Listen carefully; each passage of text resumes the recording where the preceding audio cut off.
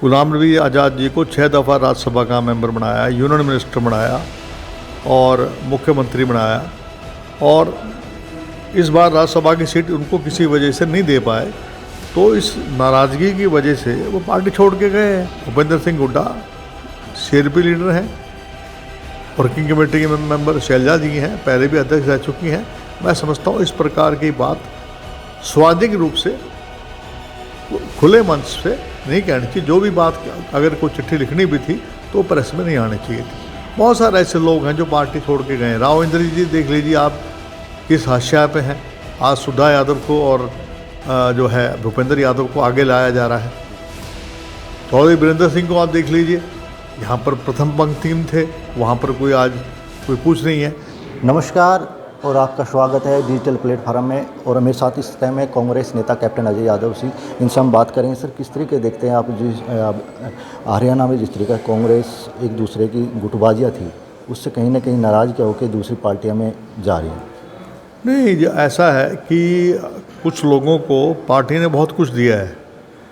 गुलाम नबी आज़ाद जी को 6 दफ़ा राज्यसभा का मेंबर बनाया, यूनियन मिनिस्टर बनाया और मुख्यमंत्री बनाया, और इस बार राज्यसभा की सीट उनको किसी वजह से नहीं दे पाए, तो इस नाराज़गी की वजह से वो पार्टी छोड़ के गए हैं।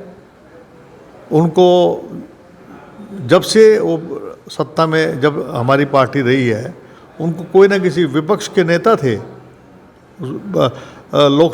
अपना राज्यसभा के अंदर, और हर प्रकार की, और जिस व्यक्ति को मुख्यमंत्री तक पार्टी ने बनाया हो, तो जब सोनिया गांधी जी की माताजी बीमार हैं और आज उनकी माताजी हमारे बीच में नहीं है, उस मौके पे इस प्रकार की चिट्ठी लिखना ये बहुत ही दुर्भाग्यपूर्ण है।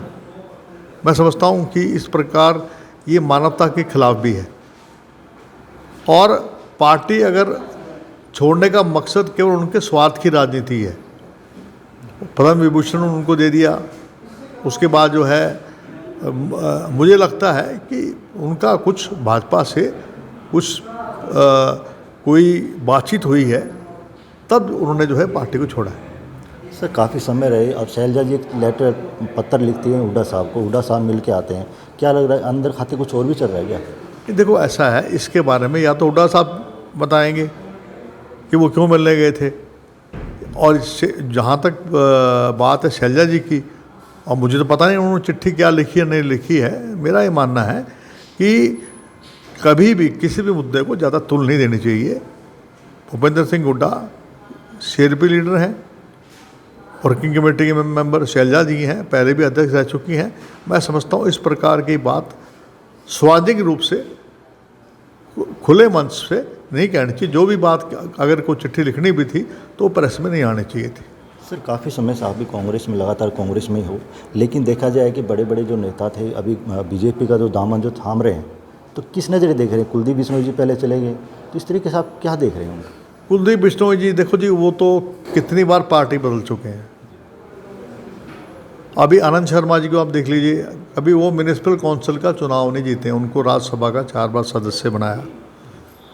उसके बावजूद भी वो प्रश्न चिन्ह उठाते हैं कि चुनाव के बारे में उठाते हैं। इससे पहले भी सिंधिया जी आप लगा लीजिए, उनको प्रथम पंक्ति में बैठते थे, आज चौथी पंक्ति में भी नहीं बैठ पा रहे हैं। उनको कोई वहाँ पार्टी में कोई पूछ नहीं रहा है। बहुत सारे ऐसे लोग हैं जो पार्टी छोड़ के गए। राव इंद्र जी देख लीजिए आप किस हाशिया पे हैं। आज सुधा यादव को और जो है भूपेंद्र यादव को आगे लाया जा रहा है। चौधरी वीरेंद्र सिंह को आप देख लीजिए, यहाँ पर प्रथम पंक्ति में थे, वहाँ पर कोई आज कोई पूछ नहीं है। तो मेरा कहने का मकसद ये है कि जो पार्टी आपको बहुत कुछ देती है, मेरे को बहुत कुछ दिया है। मेरे को जो है 3 बार मुझे मंत्री बनाया है, आज मुझे जो है ओबीसी का राष्ट्रीय चेयरमैन बनाया है। तो क्या आज जो कुछ मुझे मिला है वो पार्टी ने दिया है? कल को मैं इस चक्कर में लगा रहा हूँ कि मुझे राज्यसभा की सीट भी चाहिए, मुझे मंत्री भी हमेशा बनना है, ये नहीं हो सकता है। पार्टी की अपनी अपनी अपनी सीमाएँ होती हैं। तो मेरा ये मानना है कि जो लोग पार्टी छोड़ के जा रहे हैं, चाहे आरपीएन सिंह जी हों, जो भी लोग हैं, उनको पार्टी ने बहुत कुछ दिया। अब वक्त देना था पार्टी को। राहुल गांधी जी भारत जोड़ो यात्रा कर रहे हैं, पैदल चल रहे हैं 35 किलोमीटर, की छोटी बात थोड़ी ना है। पंचायती चुनाव की किस तरह के देखते हैं, क्यों डिले? पंचायती चुनाव में जो ओबीसी के लोग हैं उनके साथ अन्याय किया है। 8% दिया है बीसीए को, जबकि उनका 16% बनता है। बीसीबी का जो है आप देखिए कम से कम 11% तो हमारा बनता है, 27% का प्रावधान है, मंडल कमीशन में बकाया दिया हुआ है। लेकिन हमारी सारी आरक्षण उन्होंने ख़त्म कर दिया और एक ऊँट के मुंह में जीरे का 8% का झुंझुना पकड़ा दिया और पंचायती राज को सरकाते रहे हैं। ये तो हम अगर दबाव नहीं डालते तो 8% भी नहीं मिल रहा था। तो मेरा ये कहना है कि सरकार पिछड़ों की और दलित समाज के विरोधी है, इनको कोई लेना देना नहीं है। आरएसएस की आइडियोलॉजी एक ही है कि आप निजीकरण करो और रिजर्वेशन को समाप्त करो। सर, कांग्रेस में हुड्डा साहब के नेतृत्व में 2024 के इलेक्शन लड़े जाएंगे।